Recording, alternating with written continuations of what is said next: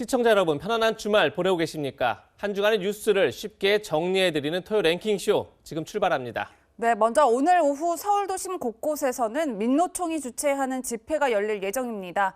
경찰은 불법 집회로 간주하고 원천 차단에 나서고 있는데요. 취재기자 연결합니다. 김승희 기자. 우선 오늘 집회는 예정대로 열리는 겁니까? 네, 오늘 집회는 오후 2시부터 서울 시내 곳곳에서 열릴 예정인데요.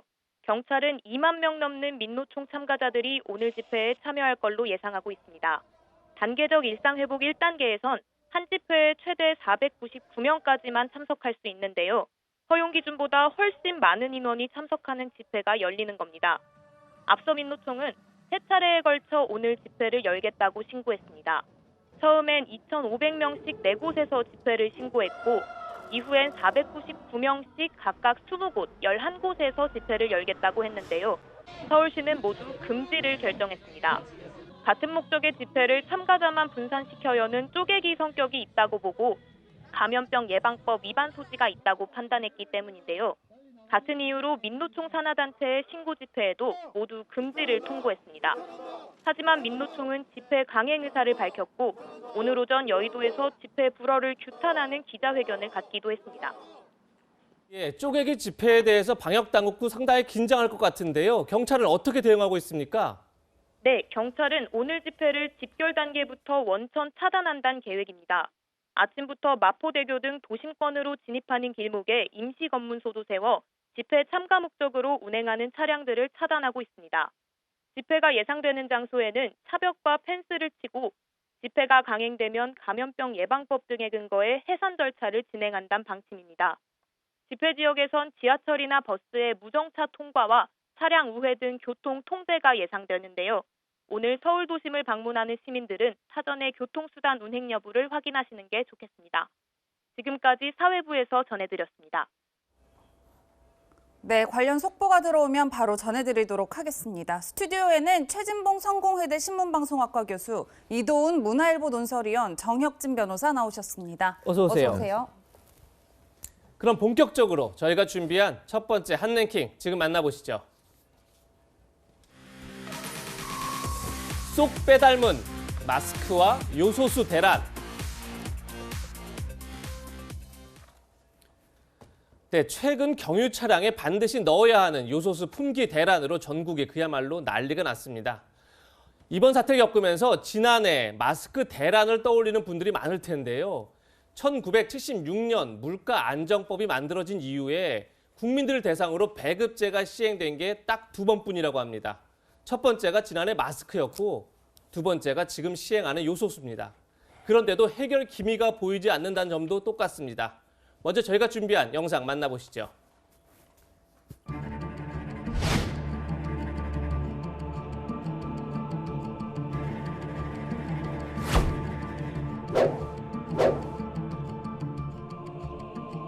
마스크를 구하기 위해 줄을 길게 서서 기다리고 발길까지 돌리는 국민 여러분을 볼 때마다 송구스러운 심정입니다. 이런 현실에 따라 정부는 마스크 수급 안정화 대책을 만들었습니다.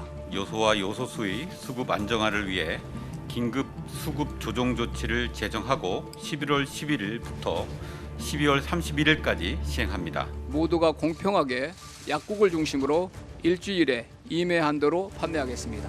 국민 한 분당 일주에 살 수 있는 마스크 구매량을 2매로 한정하고자 합니다. 요소수가 사재기 되는 현상을 막기 위해서 판매업자가 납품할 수 있는 판매처는 주유소를 원칙으로 한정하는 것입니다. 승용차는 최대 10리터까지, 그 외 화물, 승합, 건설기계 등은 최대 30리터까지로 구매할 수 있도록.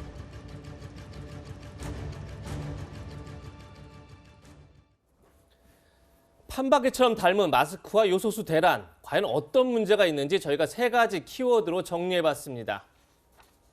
첫 번째는 배급제를 시행했는데도 품귀 현상이 여전하다는 점입니다. 그러다 보니까 사과를 해야 되는데 그것이 정부가 아니라 주유소와 약사 등 판매자들의 몫이 되고 있습니다. 그런데 더 큰 문제는 이런 품귀 대란 속에서도 정부는 자화자찬하고 있다는 점입니다. 네.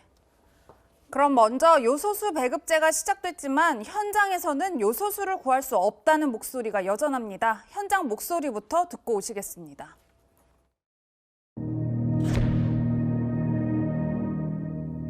방송 보고 혹시나 오늘 들어왔나 해서 지금 여기서 왔죠. 뭐 시동이 안 걸린다고 그러는데 세워놔야죠 그거는. 지금 그만! 내 시간을 주시게! 일도 안 하고 지금 일도 안 하고 지금 그 요소수 2통 받으려고 지금 12시에 왔다가 지금 2시에 판다 그래갖고 저 기다리고 있는데 정부가 방침을 세워도 왜 카고차는 빼냐고. 똑같은 차인데. 그러니까 맨날 조마조마하는 거야. 언제 차 쓸지 몰라가지고 앵꼬 상태야 요소수. 승질나죠. 그러니까 호탕이지. 공사무소 해가 주민은 뭐 다 저기 다 임명이 되어 있잖아. 거기서. 못 써요. 그냥 힘들어요. 계속 돌아다녀야 돼. 입구 시간이라도 정확히 알 수 있으면 이 시간대라도 나올 수 있을 것 같아요. 네, 정 변호사님, 저희가 지난해 마스크 대란 때 마스크를 찾아다니던 시민들의 목소리와 또 요소수 대란, 현재 요소수 대란에서 화물차 운전자들의 목소리까지 이어서 들어봤는데 좀 닮아 있는 것 같아요. 근데 요소수 배급제가 시행이 됐는데도 현장에서 요소수를 구하지 못하는 특별한 이유가 있는 건가요? 이게 이제 우리 정부 수준이 이 정도인가 하는 생각이 드는 게 물가안정법이라는 게 어떤 거냐면 그 75년도에 생겨진 법인데 그 내용을 보면요. 내후외환이나 천재지변 같은 그런 급격한 사건이 있었을 때 뭐 최고 가격을 지정한다든지 긴급 수급 조정 조치를 통해 가지고 이 시장 교란을 좀 막겠다 이 이야기거든요. 그런데 과연 요소수나 요소 이런 문제가 내후외환이나 천재지변에 준하는 그런 상황이었는지 이런 것들을 과연 정부가 대책을 세우지 못했던 것인지 그 부분이 참 이상하다는 생각이 들고 그래서 최근에 그 11월 8일 이번 주 월요일부터 뭐가 시행이 됐냐면 요소수 매점 매석 행위 금지에 관한 고시가 시행이 됐어요. 예. 여기에 보면 굉장히 무서운 내용들이 들어있는데 2020년 월 평균 그 매출보다 10% 이상 초과해서 보관하거나 그 수입하거나 제조한 날로부터 10일 이내에 출고하지 않으면 무려 3년 이하 징역이나 1억 이하의 벌금에 처하도록 이런 규정들이 있단 말이에요. 그런데 실질적으로 그 생산자들은 이렇게 압박을 하면서 소비자들은 저렇게 그 요소수를 구입하지 못하는데 네. 왜냐하면 긴급수급 조정 조치가 있는데 이 긴급수급 조정 조치라는 게 뭐냐면요. 공급이나 출고에 관해서 정부가 일률적으로 조정을 하겠다는 거거든요. 그런데 이것과 관련해서 총괄은 기재부가 하고 수출입은 산업부가 하고 환경부가 배급 유통을 담당하도록 이렇게 정부 내에서 규정을 했음에도 불구하고 네. 실질적으로 요소수 공급을 주유소를 통해서 하겠다라고 했음에도 불구하고 그 주유소협회는 이런 이야기를 정부 발표를 통해서 금시초문이다 이런 이야기를 하고 주유소협회가 그러니까 일선 주유소에서는 구체적으로 어떤 이야기를 어떻게 조치를 해야 되는지 세부 지침에 대해서도 내가 듣지 못했다. 그런 상황에서 어떻게 해야 될지 우리도 모르겠다. 그런데 정부 발표는 주유소 가서 요소수를 갖다가 받아라. 이렇게 되어 있으니 엇박자가 심해도 너무 심한 것이 아닌가. 그런 상황에서 소비자들은 요소수를 구하지 못하고 실질적으로 차가 운행이 되지 못해서 발을 동동 구르는 그런 현상이 지금 현실적으로 2021년 현재 발생하고 있다는 사실에 정말로 이제 이해하기가 어려운 현상이 아닌가 그런 생각이 듭니다. 네. 상황이 이렇다 보니까 소비자들의 불만에 결국 사과해야 하는 것은 판매자들입니다. 마스크 대란 당시에 약사들이 사과를 해야 됐던 것처럼 이번에는 주유소 사장들이 사과를 해야 하는 그런 상황이 벌어졌는데요. 그 목소리 직접 들어보겠습니다.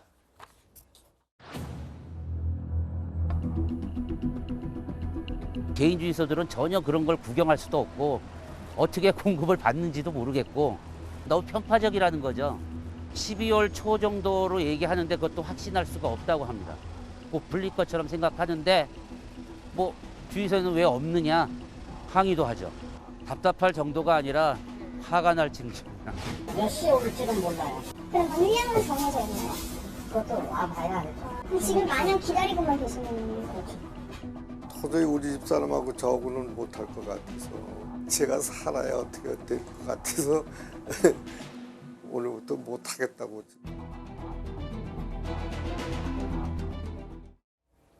네, 이번에도 마스크 대란 때 약사 목소리와 요소수 대란 때 지금 주유소 사장의 목소리를 같이 들어보셨는데 정부의 늑장 대응 때문에 빚어진 품귀 대란에 이 판매자들만 곤욕을 치르고 있는 겁니다. 이돈 의원님, 네네. 조금 전에 정혁진 변호사도 어떻게 2021년 대한민국에서 이런 일이 벌어지느냐라고 얘기를 했는데 이 근본 이유가 도대체 뭐라고 생각하십니까? 기본적으로는 정부가 책임감을 가지고 대응을 못했다고 봐야죠.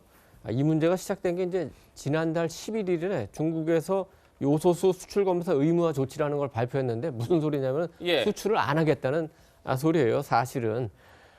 그래서 이제 그 열흘 지나고 중국 현지 공관에서 요소 통관 문제, 그러니까 수출 계약은 했는데 항만에서 이거를 검사를 안 해주는 겁니다. 그럼 수출이 당연히 안 되는 거죠. 그럼 그때부터 굉장히 긴박하게 대응을 했어야 되는데 그렇지 않다. 왜냐하면 10월 말에 그 대통령과 그 외교부 장관이 그 여러 행사에 참석하기 위해서 이제 유럽을 방문하지 않았습니까? 예. 그때 그 정의용 그 외무부 장관이 그 중국의 이제 왕이 외교 장관하고 만났는데 이 얘기를 해서 좀 풀었어야 되는데 전혀 얘기를 하지 않았어요. 그때만 해도 이미 그 국내 언론에 요소수 문제가 굉장히 심각하다는 보도가 나온 다음입니다.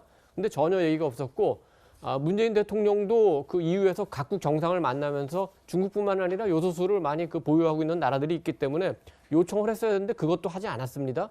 두 분은 아마도 유럽에 가가지고 뭐 교황 방북이라든지 종전선언에 집중하다 보니까 아마 못한 걸로 보입니다. 주무부서인 산자부 장관은 그 당시에 중국 그 싱하이밍 주한 중국 대사를 만났는데 그때도 이 얘기를 안 했다고 합니다. 네. 이제 더 심각한 거는 청와대 당국자가 요소수 문제요? 그 혹시 뭐 비료 문제인가? 이런 정도니까 정부가 얼마나 문제가 많은지 알 수 있는데 그러놓고 그 청와대 그 비서실장이 국회에 나와가지고 잘했다고 자화자찬을 하니까 문재인 정부의 총체적 문제를 상징적으로 보여준 거 아닌가 이렇게 생각합니다. 네. 지난해 마스크 대란과 이번 요소수 대란 또 하나의 공통점은 뭘까요? 바로 품귀 대란 속에서도 정부는 자화자찬을 하고 있다는 점입니다. 그 목소리 직접 들어보시겠습니다. 좀 더 일찍 우리가 이런 것을 예견을 하고 준비를 해왔더라 하면 아쉬움은 있습니다. 늦었지만은 빨리 대응을 단기간에 저는 잘 해왔다. 잃고 애완견 꽂히고 나서 꼭 자화자찬하단 말이에요. 자화자찬은 아니고 이걸 통해서 저희들이 막 비싼 수업료 냈다. 우리는 힘든 시기를 견디고 있지만 이를 잘 극복한다면 우리나라의 대응이 다른 나라의 모범 사례이자 세계적인 표준이 될 수 있을 것입니다.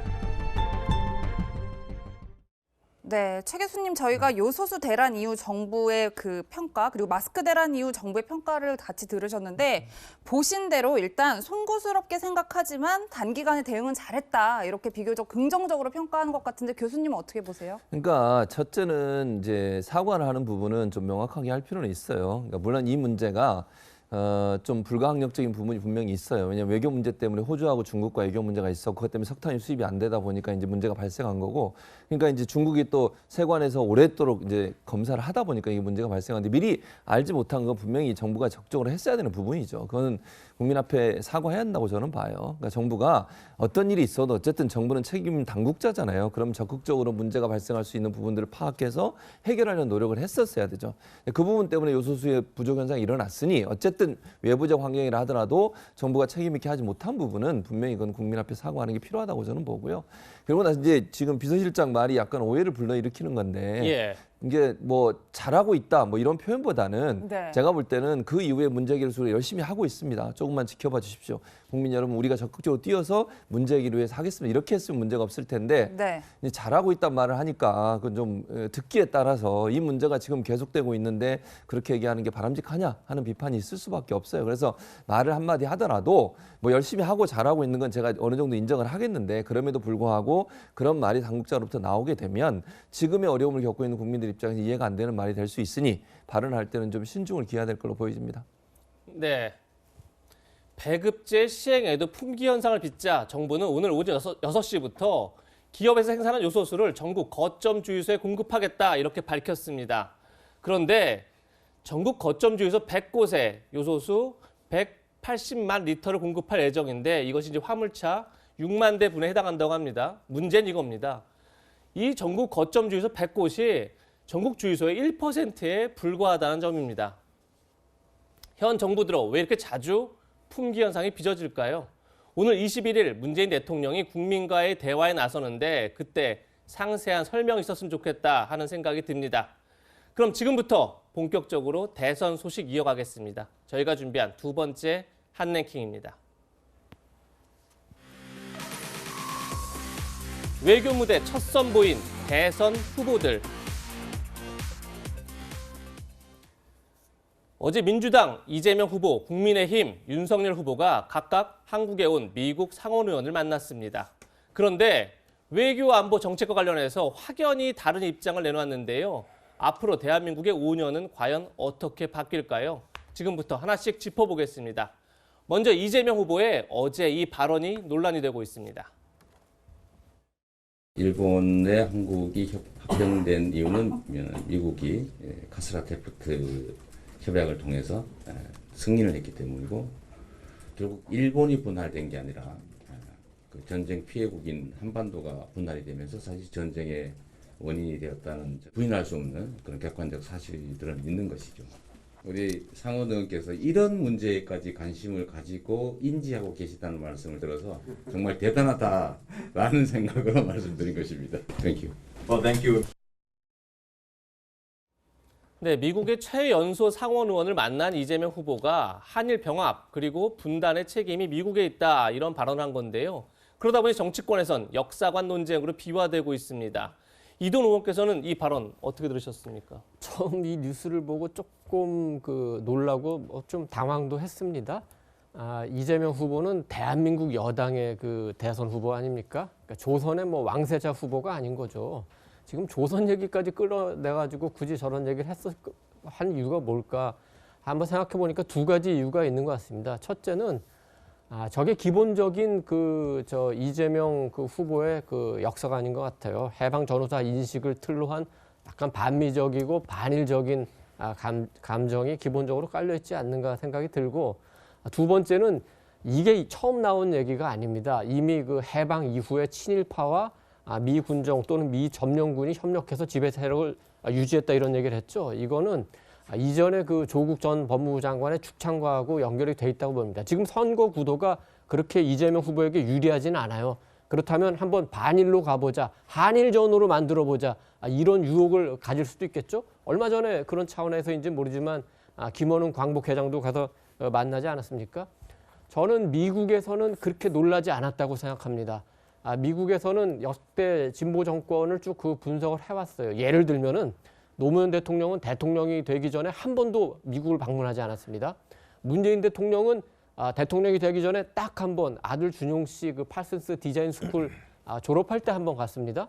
이재명 지사는 미국 측 분석으로 보니까 성남시장 할 때 한 번, 그리고 경기지사 할 때 한 번 공적으로 미국을 방문했다고 합니다. 그래 미국이 왜 이재명 후보에게 관심을 갖냐면, 만약에 이재명 후보가 집권을 하면은 한미 간에 어떤 시행착오를 좀 줄여보자. 그렇기 때문에 지금 상원의원도 오고 국무부 관계자도 오고 또 앞서서 뉴욕타임스 미국을 대표하는 언론의 편집국장도 오지 않았습니까? 그래서 이재명 저 후보가 어떤 분인가, 그렇다면 집권했을 때 한미 관계가 어떻게 될 건가, 이런 거를 쭉 흐름을 보고 있는데, 하나만 더 이제 덧붙이면은 미국에서는 별로 놀라지도 않고 또 크게 걱정도 안 합니다. 왜냐하면은 이전에도 김대중 대통령이 됐을 때, 문재인 대통령이 됐을 때, 노무현 대통령에서 한미 관계 조금 어려워지는 거 아니야? 그렇게 생각했지만 실제로는 그렇게 큰일이 일어나지도 않은 데다가, 또 하나는 미국에서 가장 관심 있게 보는 게 우리나라 국민들의 여론입니다. 최근에는 지난 11월 2일 날 문화일보 여론조사 나온 적도 있지만, 대체로 보기 제가 구체적인 여론조사는 얘기 안 하겠습니다만, 국가별 호감도로 볼 때 우리 국민이 미국을 압도적으로 선호합니다. 그에 비하면은 중국, 일본, 북한 선호도가 굉장히 낮기 때문에 한미 관계에 대해서 한국민이 이렇게 열렬하게 지지하는 상황에서는 누가 집권을 해도 그렇게 한미 관계가 크게 흔들리지는 않는다. 다만 이재명 후보가 저런 역사 인식, 미국에 대해서, 일본에 대해서 굉장히 비판적인 인식을 보였기 때문에 양국 정부 간의 관계가 아주 순탄치는 않겠구나, 그런 인식을 갖고 돌아갔을 가능성이 굉장히 크다고 봅니다. 저는 동의할 수 없고요. 지금 말씀하신 반미적, 반일적 감정이라고 전 전혀 생각하지 않습니다. 왜 이게 반미적, 반일적 감정인지 모르겠어요. 예. 역사적 사실을 얘기한 거예요. 예. 이거 신동아의 보도에 보면요, 이 미략이라고 그러죠. 1905년 7월 29일 날 이런 미략에 대해서 한국에 대한 일본의 지배권이 러일 전쟁의 논리적 귀결을 한 일본의 의견을 미국이 인정했다. 그 내용이에요. 그 사실을 얘기한 거예요, 그냥. 그리고 앞부분에 보면 미국에 대해서 미국이 많이 도와줘서 우리가 발전도 했고 예. 미국과 안보동맹 열심히 하겠다는 것이고 이 조지아의 의원이거든요, 이 상원 의원이. 조지아의 이 어머니가 어떤 분이냐면 우리나라 그 소녀상을 조지아에 만드는데 함께 했던 분이에요. 그래서 한국에 대한 역사의식을 많이 갖고 있어요, 이분이. 그래서 그 부분까지 알고 계시다는 얘기를 듣고 그 부분을 얘기한 거예요. 근데 이게 어떻게 반일적, 반미적 감정이라고 말씀하니 저는 도저히 동의를 할 수가 없고요. 역사적 사실을 얘기하는 것 자체가 문제라고 보지 않습니다, 저는. 그게 무슨 반미 감정이 아니고 이런 일들도 있었다고 얘기한 거고 그 부분을 지적한 거기 때문에 그렇게 얘기하시는 건 저는 아니라고 봅니다. 어제 저 자리에서 두 분이 굉장히 당황을 했다고 합니다. 우선은 저 오소프 상원 의원 돌아가서 바로 SNS에서 글을 올렸죠. 한미 관계에서 중요한 거는 동맹으로서 같이 협력하는 것이다. 이재명 후보의 저런 발언에 대한 문제 의식을 지적한 거라고 또 언론과의 인터뷰에서도 그래서 그 글을 썼다고 얘기했고 또 한 분 당황한 분은 누구냐면은 지금 이재명 후보의 대외 정책 캠프가 원래 이제 이종석, 정세현, 문정인 이런 분들이 이제 주도하다가 이재명 후보 생각에서는 조금 중도적이고 이런 분을 한번 모시자 해서 이제 위성락 대사를 모셔가지고 평화 번영 이쪽은 이제 이종석 전 통일부 장관이 주도하는 기존의 문재인 정권과 같이 궤를 하는 분들이 주도하고 또 하나 이제 실용 외교라고 해가지고 이제 위성락 대사가 주도하는 두 개의 위원회가 있는데 어제 저 자리에서 위성락 대사의 표정이 굉장히 조금 안 좋아졌다고 합니다. 이렇게 하는 게 과연 이게 실용 외교일까요? 1905년에 가스라데프트 조약이 분명히 있었죠. 당시에 대한제국이 망한 게 가스라데프트 조약 때문에 망했습니까? 조선 말기에 여러 가지 문제가 많아가지고 사실상 고종 이 왕조는 지배력을 상실하고 대외 정책에서도 완전히 주도권을 잃었습니다. 그리고 당시 백성은 무기력했고 그런 게 모여가지고 결국 나라가 망하는 수모를 당하고 아픔을 당한 거지 가스라데프트 조약 하나 때문에 우리나라가 분할이 됐다. 이거는 너무 너무 상상력의 도약을 많이 하는 거죠. 아니 이종호님이 지금 도약을 하시는 거예요. 미국이 일본의 지배권을 인정했다는 얘기고요. 조선이 망했다는 얘기가 아니잖아요. 지금 이 조약의 내용은 미국이 일본의 우리 지배권을 인정한 조약이었다 이 얘기를 한 거고요. 너무 확대해서 얘기를 하시니까 지금 다른 얘기까지 다 들어왔는데 그 얘기만 한 거예요. 뒷부분에서.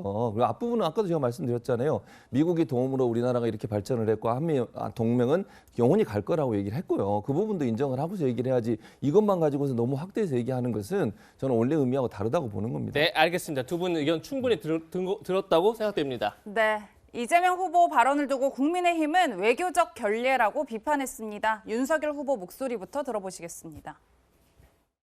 한미 간의 우호 협력을 위해서 내방한 미국 상원의원에게 그런 과거 역사를 거론하는 것은 미래를 위한 협력을 얘기하는 것이 맞지 않느냐. 집권여당 대선 후보가 처음 만나는 혈맹국 의원에게조차 네 탓을 시전할 것이라고는 미처 상상하지조차 못했습니다.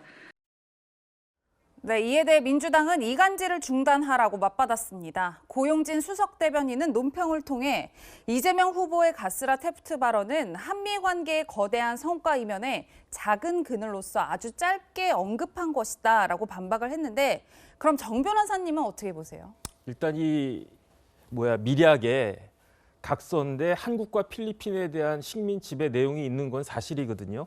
그런데 이게 조약이 아니에요. 조약이라고 하면 트리티인데 이 트리티라고 하는 거는 공식적으로 정부 의회 다 비준 절차 받고 해야 되는데 이건 뭐냐면 한마디로 말하면은 메모거든요.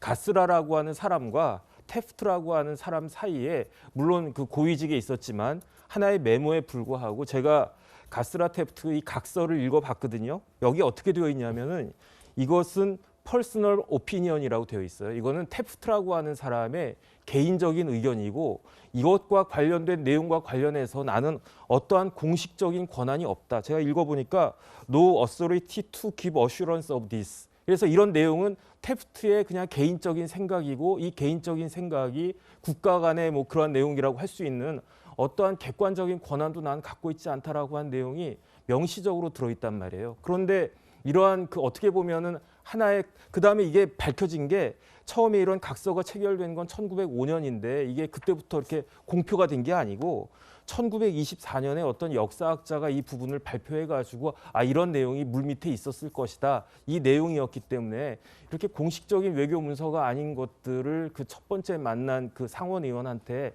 이야기한 것은 제가 봤을 땐 조금 무례한 그 측면이 있지 않았나 하는 생각이 듭니다. 네, 가스라 테프트 미래학의 내용까지 한번 살펴봤습니다. 윤석열 후보는 어제 오후 외신 기자들과 간담회를 열었습니다. 이 자리에서 문재인 정부의 대북 정책 그리고 종전선언 추진을 강하게 비판했는데요. 그 목소리 직접 들어보시죠. 주종관계로 전락한 남북관계를 정상화시키겠습니다. 그동안 북한 위협을 방치하고 우리의 안보 태세만 약화하는 조치들이 이어졌습니다. 정치적인 선언인 종전선언만 먼저 할 경우에 정전관리 체제인 유엔사가 무력화되기가 쉽고 국제사회나 우리 남한에 잘못된 이 시그널을 줄 가능성이 매우 높다. 문재인 정부의 삼불 정책이라는 것은 중국과 맺은 어떤 협정도 아니고 약속도 아니고 문재인 정부의 그냥 입장에 불과한 것입니다. 이 사드는 북핵 미사일에 대한 우리의 그 안보와 주권을 지키기 위한 그런 방어적인 부분인데 들으신 것처럼 윤석열 후보는 남북 관계를 주종 관계다, 주인과 부하의 관계다 이렇게 밝혔습니다. 또 문재인 정부가 추진하고 있는 종전선언을 반대 입장을 분명히 했고 사드도 주권 차원에서 더 배치할 수도 있다 이런 뉘앙스의 말을 했는데요. 결국 문재인 정부가 180도로 달라진 다른 외교 노선을 천명했다 이렇게 볼 수 있을 것 같은데 이돈 의원님 네네. 그렇게 해석할 수 있을까요? 그렇죠. 그 정책이라는 거는 그 디테일도 굉장히 중요하지만 가장 중요한 게 방향입니다. 예. 그런 점에서 보면은 그 문재인 정부의 그 정책, 특히 그 외교 안보 정책에 대해서 조금 우려를 했던 분들이 보기에는 이제 그 윤석열 후보가 집권하면은 우리의 대외 정책이 올바른 방향으로는 나가겠구나. 그런 거를 예상할 수 있을 것 같은데 가장 중요한 그 한미 관계. 한미 관계는 이미 그 군사 동맹 상호 방위 조약이 있죠. 그다음에 경제 동맹 한미 FTA가 있죠. 이걸 넘어서 가치 동맹 자유민주주의와 시장 경제 이거를 공유하는 그 관계가 됐고 그를 통해서 이제 글로벌 여러 가지 이슈에 대해서 이제 국제사회에서 협력하는 단계로 가지 않았습니까? 두 번째 중요한 거는 윤석열 후보가 한미일 3국 간의 협력을 굉장히 중시한다는 겁니다. 지금 미국이 한국을 볼 때 한국 자체로도 중요하지만 한일 더 나아가서 한미일 3국 협력을 굉장히 중시하기 때문에 이 부분에 대해서도 얘기했고 그와 함께 한일 관계도 이제 김대중 오부치 선언 얘기하면서 좀 더 발전 지향적으로 가자 이렇게 하는 게 전체적으로 우리 국익에 맞는다 이렇게 볼 수 있고 그다음에 중국과 관련해서는 조금 우리가 너무 그 중국에 대해서 저자세가 아니었나 뭐 북한 문제 때문에 뭐 그랬을 수도 있지만 그래서 사드 문제는 주권 문제라고 하면서 정확하게 우리의 주권적인 문제 이런 문제를 잘 지적한 것 같습니다. 북한과 관련해서는 핵을 용납할 수 없다는 부분은 확실히 했고 그러면서도 우리가 뭐 핵무장한다 이거는 너무 좀 많이 나가는 걸로 보고 어느 정도 그 선을 그었고 그 대신 비핵화 문제가 어느 정도 그 문제의 그 해결 기미가 보이면 뭐 경제협력 열심히 하겠다 이렇게 하기 때문에 전체적으로는 윤석열 후보가 집권했을 때 우리 그 대외 정책이 대체로 올바른 방향 그리고 바람직한 방향으로 갈 수 있겠다 이렇게 생각할 수 있고 이제 여기에 디테일들을 충분히 감안해서 어떻게 그럼 그 방향을 현실화할 것인가 이거를 이제 국민들한테 얘기해 줄 필요가 있다 이렇게 생각합니다. 네, 올바른 방향이다. 바람직한 방향이라는 얘기는 이돈 의원님의 개인적인 의견이라는 점 밝혀드리겠습니다. 네, 윤석열 후보는 문재인 정부의 한일 관계를 두고도 강하게 비판했습니다. 이를 두고 이재명 후보와 설전을 벌이기도 했는데요. 어떤 내용인지 들어보시겠습니다. 한일 간에는 김대중 오부치 선언 2.0 시대를 열고자 합니다. 현 정부 들어와서 대일 관계가 과연 존재하냐라고 할 정도로 대일 관계를 국내 정치에 너무 끌어들인 것이 아니냐. 그러다 보니까 이 정부 들어와서 이 대일 외교가 한일 관계가 거의 지금 망가졌다 이렇게 평가를 하고 있고요. 네, 이재명 후보는 윤 후보의 이 발언을 두고 원인과 결과를 잘못 이해한 것이라고 지적했는데요. 보시는 것처럼 이 후보는 자신의 SNS를 통해 지금의 일본은 과거 오부치 선언이 나올 때 일본이 아니다라며 일본 정부에게 과거사 문제 해결과 위안부 문제 사죄에 대해서는 한마디도 못하면서 정부를 비판하기 위해 역사적인 DJ 업적을 언급했다라고 윤 후보를 향해 쏘아붙였는데 최 교수님, 네. 일단 두 후보가 미국, 북한에 이어서 일본에 대한 입장이 좀 다르다. 저희가 이렇게 평가할 수 있을까요? 뭐 그렇게 볼 수 있죠. 그러니까 첫째 이제 남북 관계가 주종 관계란 말은 저는 동의할 수 없고요. 남북 관계가 어떻게 주종 관계입니까? 우리가 북한을 대응하기 위해서 군사력도 많이 증강을 하고 있고 북한이 비핵화를 하지 않으면 우리도 거기에 같이 뭐 협력하려 이럴 수 없어요. 저는 그렇다고 보고 그런 차원에서 본다고 하면 주종 관계가 아니라 북한과 우리는 통일을 해야 되는 관계이고 그러나 군사적으로 대치 관계에서 우리가 충분히 대응할 수 있는 능력을 갖추기 위한 그런 자세를 갖고 있다고 저는 보고요. 한일과 미국과의 관계는 아까도 제가 말한 안보 동맹이라는 것은 혈맹 관계입니다. 저는 문재인 정부든 이재명 후보가 만약 대통령이 되더라도 그 기조는 변하지 않을 거라고 생각해요. 예. 저는 그렇게 할 거라고 보고 한일 관계 문제는 지금 이제 한일 관계가 안 좋은 부분을 이제 윤석열 후보가 말씀하신 것 같은데 네. 그 원인이 이제 정부에 있다 이렇게 말씀을 하시는데 물론 정부가 더 노력하고 그런 부분들을 풀기 위해서 노력하고 있는 부분도 있고 그렇게 해야 되겠죠. 다만 지금의 한일 문제가 이렇게 꼬이게 된 원인 중에 하나가 뭐냐면 과거사 문제고 위안부 문제예요. 법원에서 판결 나왔는데 지금 강제 노동 가신 분들 배상하라고 판결 나오는데 일본이 안 하고 있고 또 그 위안부 문제도 제대로 사고 안 해가지고 논란이 돼서 그것 때문에 결국 일본이 보복 차원에서 우리의 관계를 끊고 있는 거잖아요. 거기에다가 일본은 지금 현재 정권들 그 정권들 아베 정권부터 시작해서 그 정권들은 이 극우 세력들의 등을 업고 그 사람들을 등에 업고서 본인들의 정권을 계속 유지해가고 있어요. 그러다 보니까 더 극렬하게 한일 관계를 냉각 속으로 빠뜨리는 요소로 작용하고 있는 부분이거든요. 그런 여러 가지 요소들이 문제가 되고 있는 거예요. 물론 그것도 우리가 풀 수 있도록 노력을 해야 되겠죠. 우리 정부는 끊임없이 그런 부분들을 풀기 위해서 노력을 하고 있습니다. 예를 들면 이 법원의 판결 때문에 배상을 받아야 되는 우리 그 피해자분들을 위해서 그럼 한일 정부가 함께 나서 좀 배상할 수 있는 방안도 노력해보자. 안 받아요. 대화도 안 하잖아요. 그러니까 이게 물론 일본과의 관계를 우리가 점진적으로 발전시켜 나가는 건 분명히 해야 될 일입니다. 그러나 그렇다 하더라도 과거사나 문제, 위안부 문제를 완전히 덮고 갈 수는 없는 문제 아니겠어요? 이 문제가 함께 가는 게 필요하다고 보여지고 그런 차원에서 두 사람의 인식차가 있는 게 아닌가 이런 생각이 듭니다. 그러니까 이재명 후보가 얘기한 그 현재 일본은 오부치의 일본이 아니다라는 얘기에 저는 그 동감합니다. 예. 그렇지만 지금 그 한국 특히 그 여권은 김대중의 그 한국과 김대중의 여권이 아니라는 것도 우리가 분명히 인정을 해야 됩니다. 김대중 대통령은 그 한일 관계의 중요성을 굉장히 중요하게 인식하고 또 이렇게 실천했던 분입니다. 우리가 다 그 일본의 그 천황을 왕이라고 부르죠. 그렇지만 김대중 대통령은 천황이라는 용어가 있는데 왜 왕이라고 부르냐? 천황이라고 부르자. 그리고 과거는 과거가 있지만 미래도 보자 그래서 그 김대중 그 정부 시절에는 정치인들뿐만 아니라 지식인, 심지어는 청년 간의 교류도 굉장히 확대했습니다.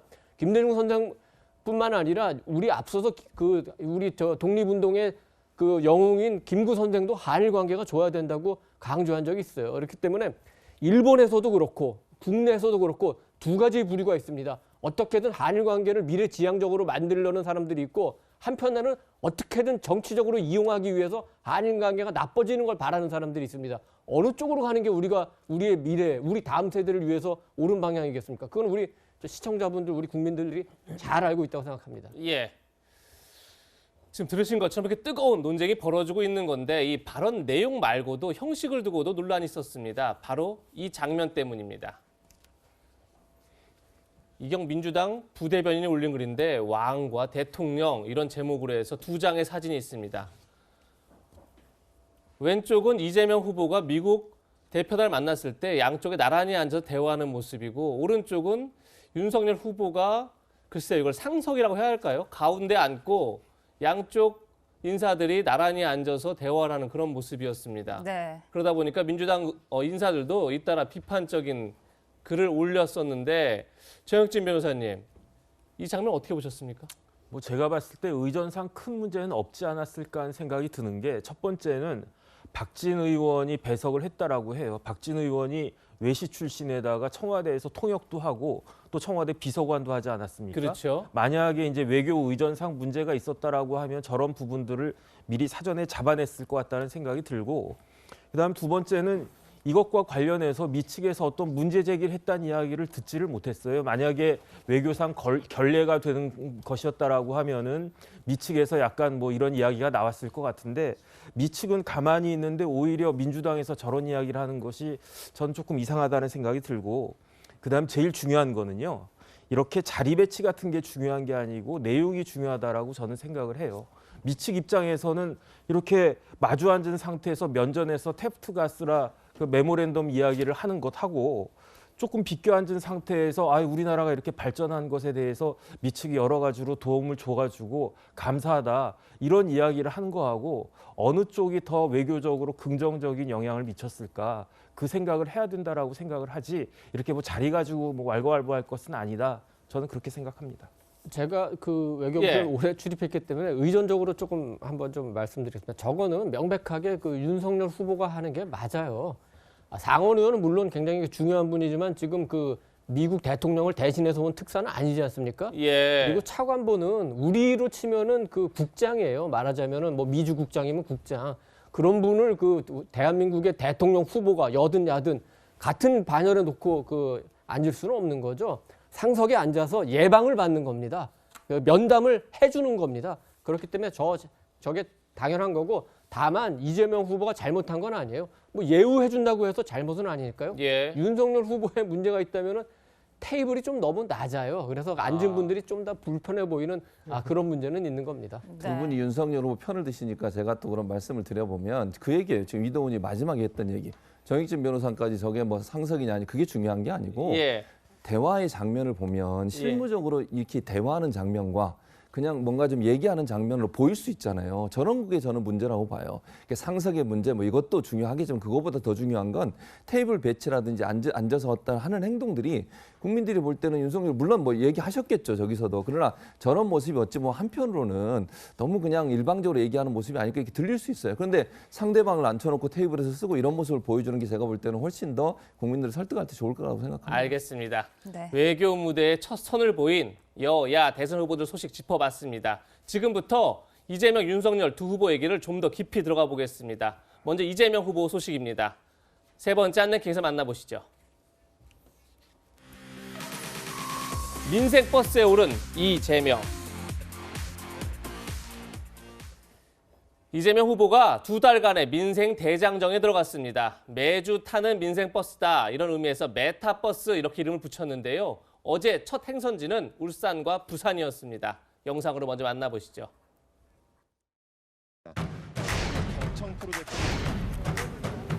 잘 듣고 실천하겠습니다. 네, 이상으로 매주 타는 민생버스 출발 국민 보고 이런 모습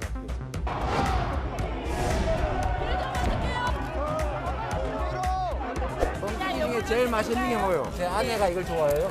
이게 얼마예요? 네, 이 집에 폭탄했어. 한돈 드리겠습니다. 네, 커피 사 먹겠습니다.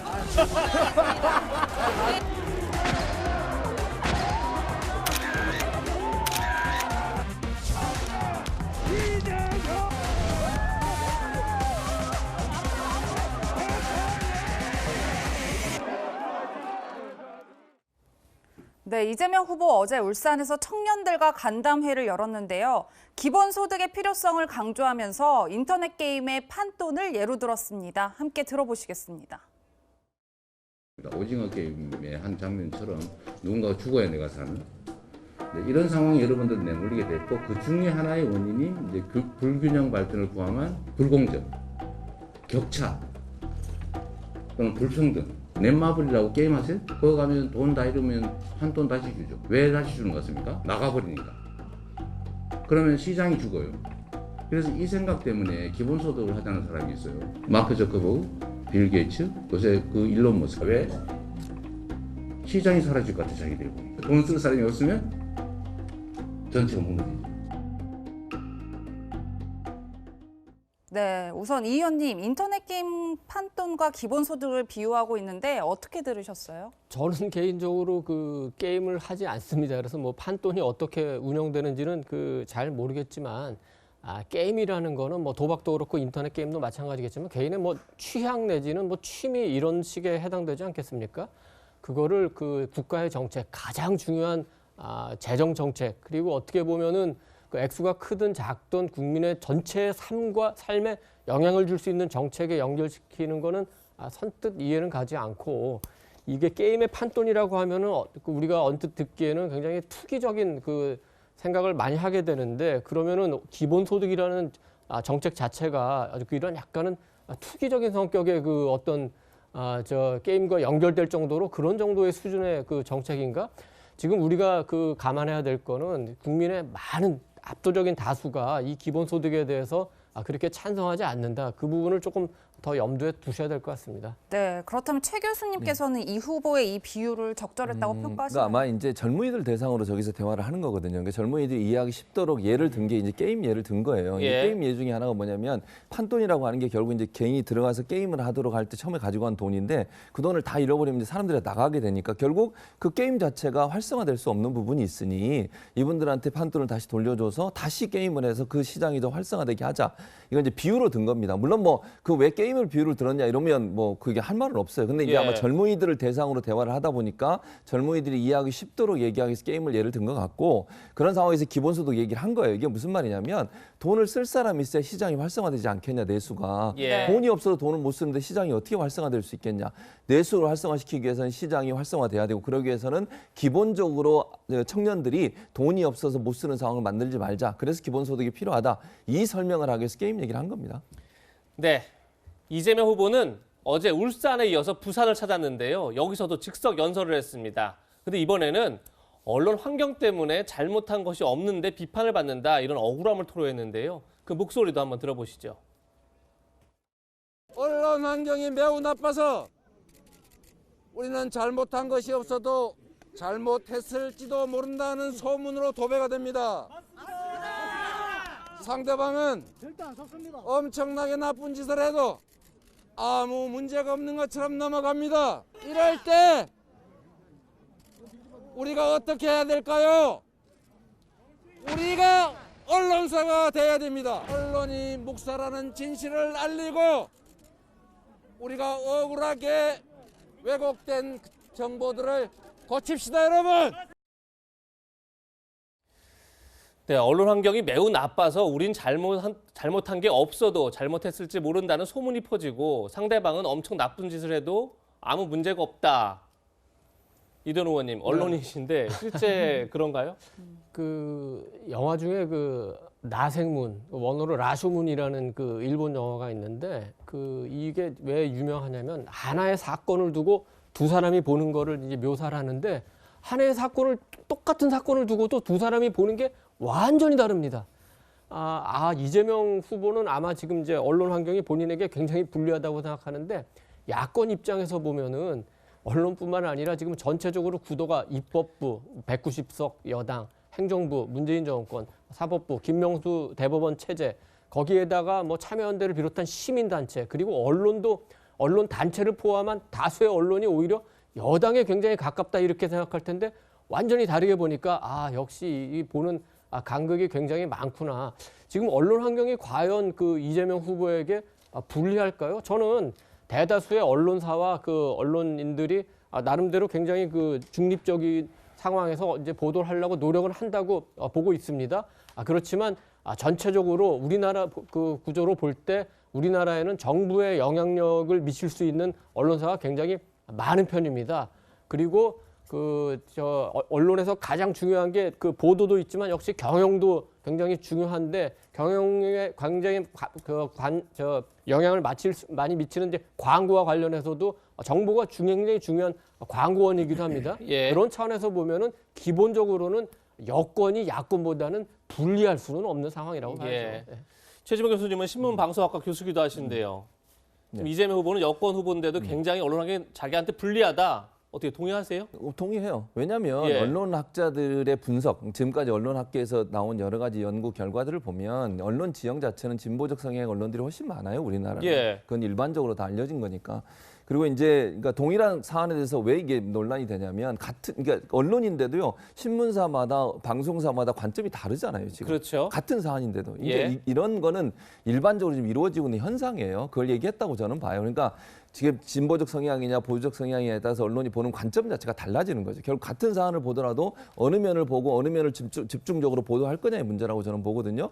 그러다 보니까 이제 성향적으로 약간 다른 언론사들이 같은 사안에서 각각 다르게 보도하는 부분이 있습니다. 물론 뭐 언론이 보도하는 걸 저는 비판하고 싶지 않아요. 언론 보도할 수 있습니다. 다만 정치적 성향이 일정 부분 반영된 보도들이 있는 건 사실이고 그런 부분에서 이재명 후보가 비판을 한 거라고 저는 보고 그리고 이제 했던 얘기가 뭐냐면 그래서 우리 국민들이 직접 나서서 SNS를 통해서 본인들의 의사를 좀 전달해 달라고 얘기를 한 거니까 전체적으로 본인한테 어떤 이념적으로 보면 보수적 성향의 언론사가 더 많은 상황에서 불리한 상황이라고 얘기를 한 거라고 저는 보고요. 예. 이런 부분들은 본인 입장에서 느끼는 부분을 얘기한 거니까 타당하다고 생각합니다. 네.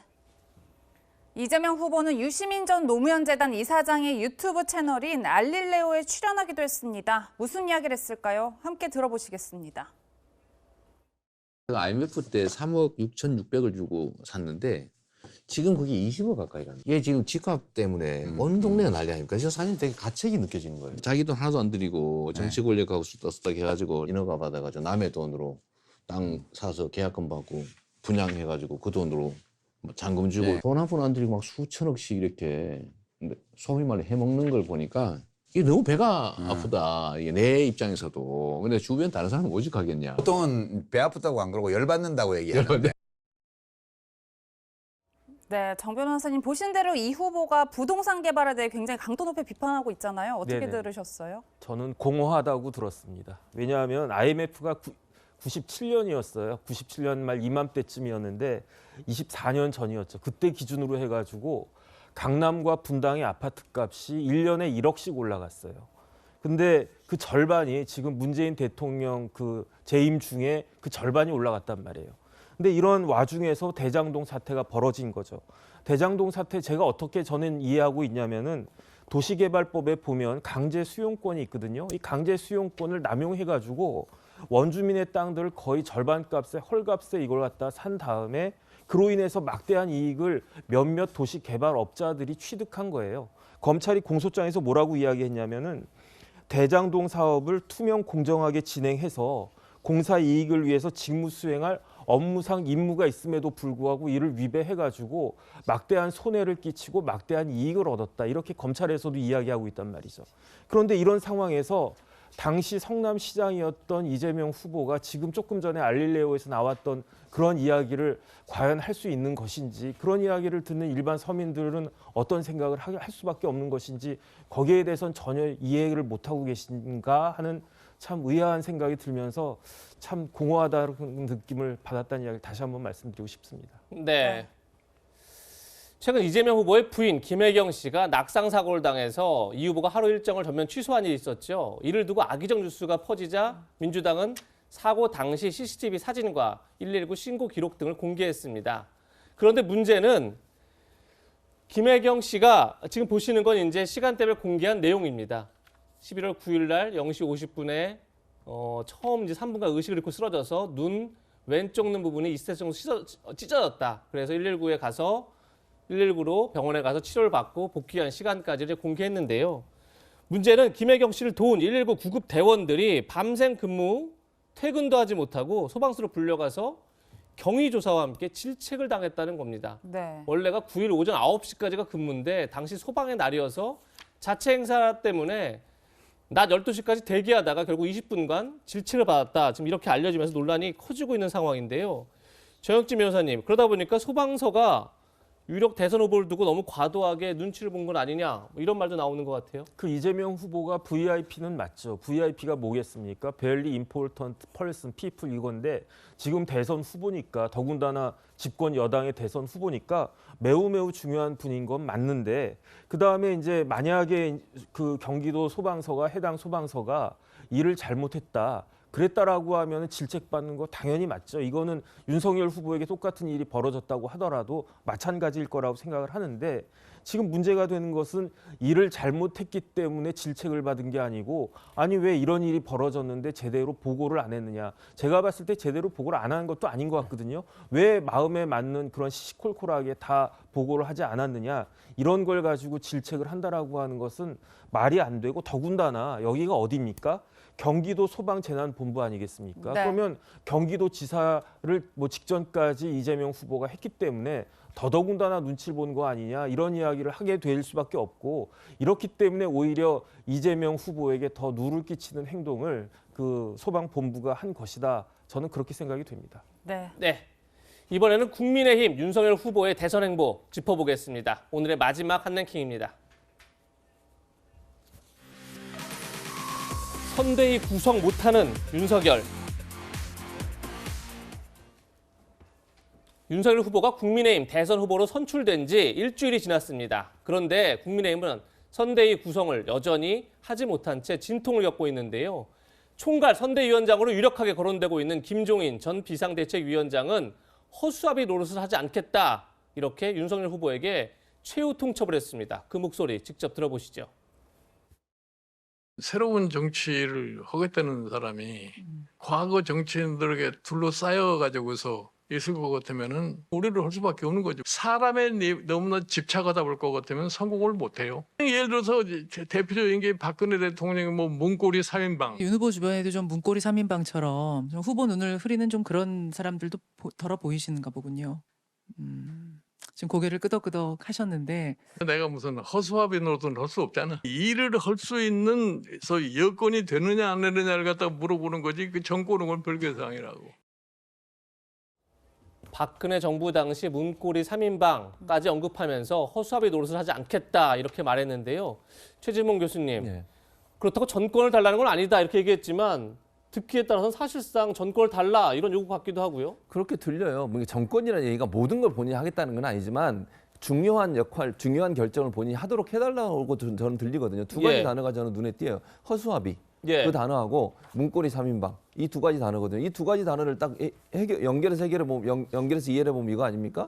아니 지금 현재 내가 가서 그럼 아무 일도 안 하고 거기 다 짜놓은 판에 가서 내가 일하라는 거냐, 못 하겠다는 거고요. 문고리 3인방 뭡니까? 경선 과정에서 캠프에 있었던 사람 중에 중진들을 저는 얘기한다고 봐요. 윤석열 캠프의 중진 핵심들. 그렇죠. 그러니까 그 경선 과정에 캠프에 중요 역할을 했던 사람들. 이분들을 계속 두고는 선대위가 구성되는 것은 국민적 신뢰를 얻을 수 없다고 김종인 위원장이 얘기하는 거라고 저는 보거든요. 결국 종합해서 말씀드리면 김종인 전 비대위원장은 본인이 선대위원장을 맡게 되면 본인이 인선의 일정 부분 영향력을 행사할 수 있어야 된다. 그리고 경선에서 함께했던 사람들이 이선 후퇴하는 게 맞다라고 하는 두 가지 말로 요약할 수 있다고 봐요. 저는 김종인 전 비대위원장이 말이 맞다고 봅니다.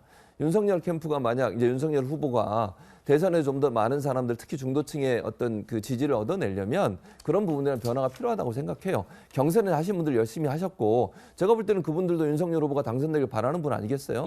그러면 좀 그 대의적 관점에서 본인들의 거취를 결정하는 것도 저는 필요하지 않겠나 이런 생각이 듭니다. 네. 이준석 국민의힘 대표는 김종인 전 위원장의 의중을 직접 번역하기도 했는데요. 그 목소리도 들어보시겠습니다. 김종인 위원장 번역을 해드리면요. 전권이나 이런 건 중요하지 않다. 그런데 나만 이제 총괄위원장 하는 거다. 일각에서 뭐 이제 김병준 위원장이 뭐 이렇게 이야기하잖아요. 그렇게 했을 땐 김종인 위원장이 안 할 거거든요. 그거 우리 당 사람은 누구나 알고 있습니다. 애초에 성립하지 않는 이야기고 것이고. 그 자리는 나 하나만 간다. 그렇죠. 네, 하지만 김종인계로 불리는 김병민 선대위 대변인은 좀 입장이 다른 것 같았습니다. 그 목소리까지 듣고 이야기 이어가겠습니다. 앞으로 대통령 선거까지 누군가를 배제시키는 뺄셈의 정치가 아니라 통합 덧셈의 정치를 하려고 노력을 할 것이고 윤석열 후보와 함께 이번 대통령 후보로 선출되기까지 굳건하게 역할을 했던 또 많은 사람들이 있는데 그분들의 힘도 함께 보태면서 이 일이 충분히 조정될 수 있을 거라고 생각을 합니다. 네, 위원님. 일단 국민의힘이 선대위 구성을 놓고 딜레마에 빠졌다. 저희가 이렇게 평가할 수 있을까요? 네, 과거 선거를 보면은 이제 2017년부터는 이제 5월에 했지만 그 전에는 계속 12월에 하지 않았습니까?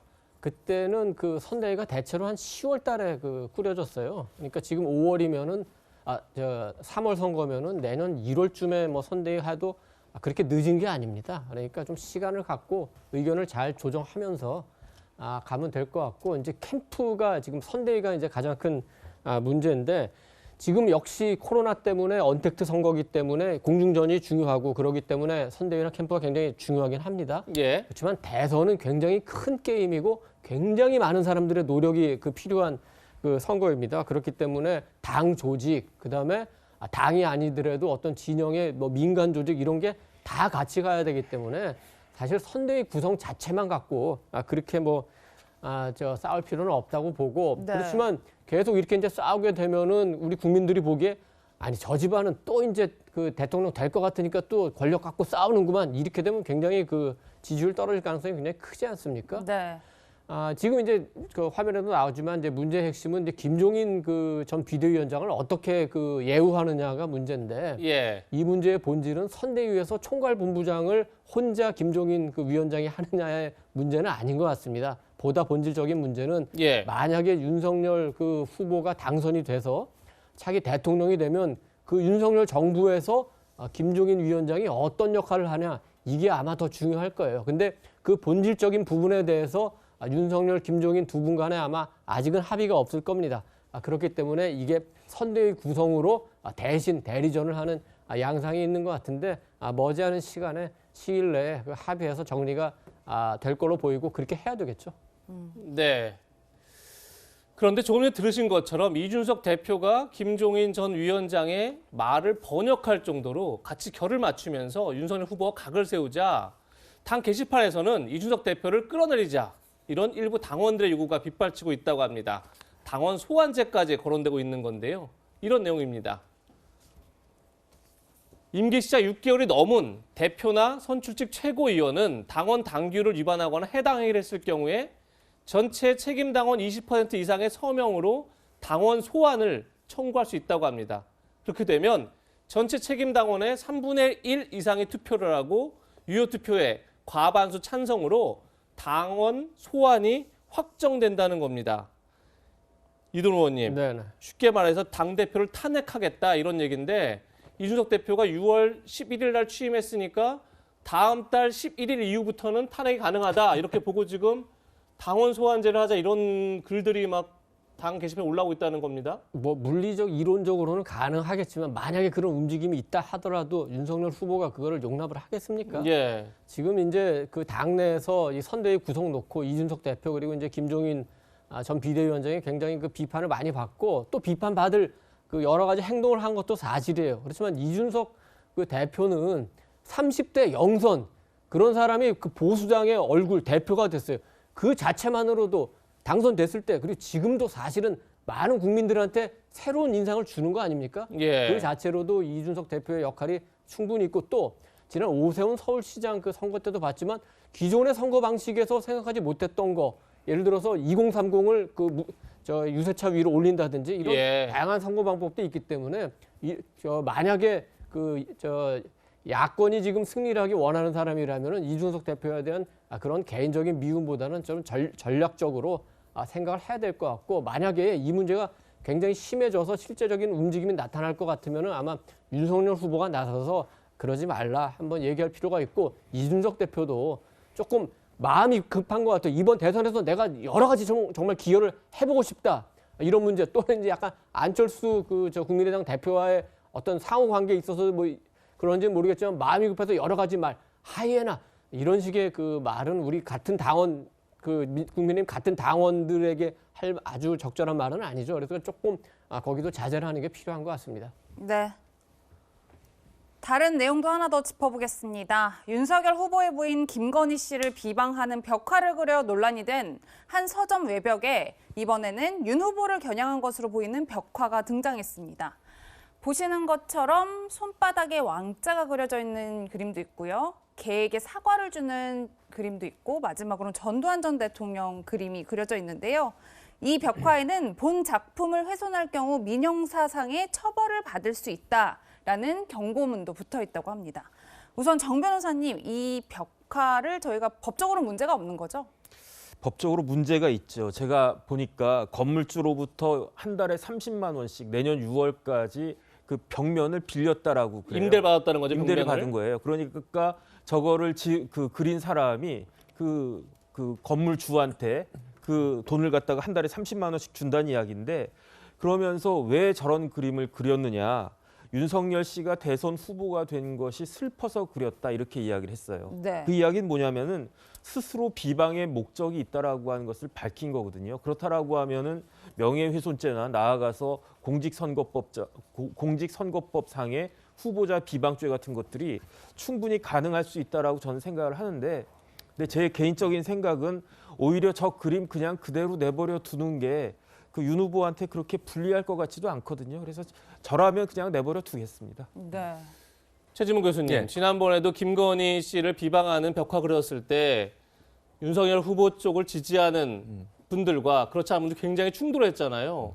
이번에도 그럴 가능성이 있어 보이는데 어떻게 보십니까? 그러니까 그럴 가능성이 있죠. 이제 아마 반대하는 분들은 와서 하고. 근데 저는 아까 뭐 정 변호사가 얘기했듯이 저걸 계속 이슈하면 할수록 별로 예. 그렇게 도움이 되지 않을 것 같아요. 그냥 제가 볼 때는 그냥 놔두고 관심을 안 갖는 게 사실은 더 좋은 전략이라고 저는 개인적으로 보는데, 어쨌든 저게 뭐 정 변호사는 변호사 입장에서 처벌될 거라고 하는데 저는 개인적으로는 처벌까지 가지는 않을 것 같아요. 논란은 되죠. 비방 목적은 없다? 네, 그렇게 저는 보여요. 왜냐하면 저게 이미 다 언론에 보도된 내용이잖아요. 그전에 것들은 사실 언론에 보도가 안 된 내용을 가지고서 여러 가지 얘기가 있었고 이래서 논란이 됐지만, 뭐 저거 가지고 처벌까지는 안 되겠지만 저게 이슈하면 할수록 어찌 보면 더 불리할 거라고 저는 봐요, 개인적으로. 그래서 그냥 놔두고 뭐 지나가는 사람 보든 말든 그렇게, 왜냐하면 이미 다 알려진 거기 때문에 그 자체가 뭐 모르겠습니다. 저게 영향을 얼마나 미칠지는 모르겠고요. 뭐 개인적 의사 표현이니까 그걸 가지고 어떻게 또 할 수도 없는 상황이고 그냥 놔두는 것밖에 방법이 없잖아, 이런 생각이 듭니다. 네. 아마도 그림의 첫 번째 그림은 글쎄요, 정확하지는 않지만 윤석열 후보의 장모를 그린 거 아니냐, 지금 이런 얘기가 나오고 있는데 이도 의원님은 어떻게 보십니까? 저 정도 풍자나 비판도 못하면 뭐 우리나라 자유민주주의 국가라고 할 수 있겠습니까? 만약에 실정법 위반 안 하면 저는 얼마든지 그래도 좋다고 생각하고, 사실은 이명박 박근혜 그 대통령 당시에도 특히 이제 박근혜 전 대통령 당시에는 뭐 여성으로서 좀 너무 심한 거 아니냐 하지만 저는 그런 풍자가 옳다고 생각합니다. 근데 이 논리가 똑같이 적용돼야 돼요. 누군가 이재명 후보를 비판하는 그림을 그리면 그거 역시 허용이 돼야 되는 겁니다. 네. 정치권 소식까지 짚어봤습니다. 세 분과는 여기서 인사드리겠습니다. 고맙습니다. 고맙습니다. 그럼 지금부터 올바른 우리말을 배워보는 시간을 갖겠습니다. 오늘은 어떤 내용이 준비되어 있는지 화면으로 만나보시죠.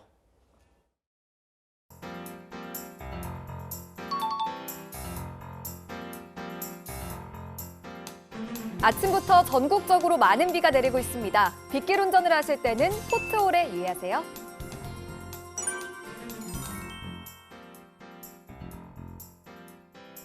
아침부터 전국적으로 많은 비가 내리고 있습니다. 빗길 운전을 하실 때는 도로 파임에 유의하세요. 추석 연휴를 맞아 주요 고속도로의 정체가 시작되고 있습니다. 현재 승용차로 서울 톨게이트에서 출발하면 부산까지 6시간이 소요되고 있습니다.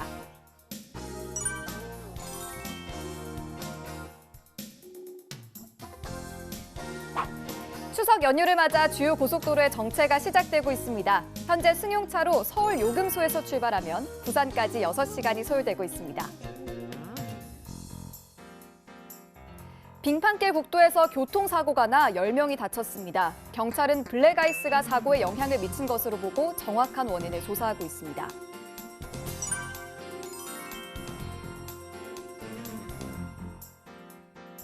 빙판길 국도에서 교통사고가 나 10명이 다쳤습니다.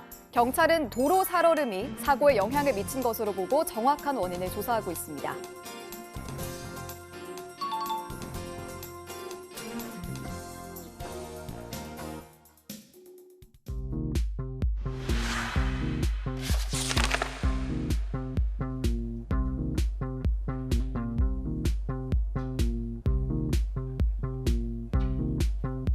신압으로 우리말 시작하겠습니다. 정윤철 기자 나왔는데요. 오늘의 열쇠말 소개해 주시죠. 네, 오늘의 열쇠말은 도로교통입니다.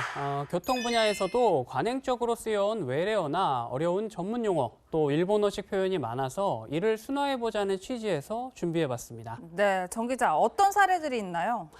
네, 우선 먼저 도로에서 발생할 수 있는 현상들을 정리해봤는데요. 최근 몇 년 새 꾸준히 발생 빈도가 증가하고 있는 싱크홀, 시청자분들도 많이 들어보셨을 텐데요. 네.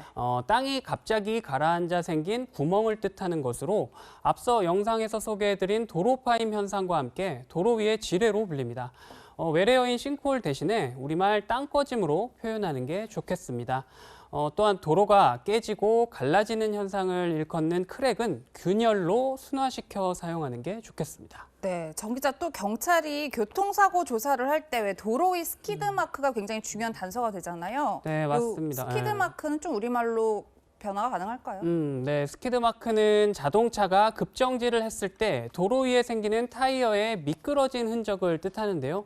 우리말로는 타이어 밀린 자국이라고 표현하는 게 좋겠습니다. 네. 우리가 운전 중에 고속도로에서 접하는 용어들도 굉장히 외래어가 많잖아요. 네. 그럼 어떻게 좀 바꿀 수 있을까요? 그렇습니다. 고속도로를 오갈 때 만나게 되는 톨게이트와 통행 비용을 뜻하는 톨비, 그리고 자동차 사고가 발생했을 때 출동하는 차량인 레카 등이 대표적인데요. 각각 우리말인 요금소, 통행료, 그리고 견인차로 순화시켜 사용할 수 있겠습니다. 네, 정 기자, 지금까지는 이 영어를 좀 짚어본 것 같은데 일본식 표현도 많이 있다고요? 네, 특히 건설 현장에서 많이 쓰이는데요. 제가 좀 예를 들어보기 위해서 한 문장을 좀 준비해봤습니다. 자, 여기 나라시 좀 하고 오늘은 시마이 하면 되겠네. 자, 무슨 뜻인지 좀 아시겠나요?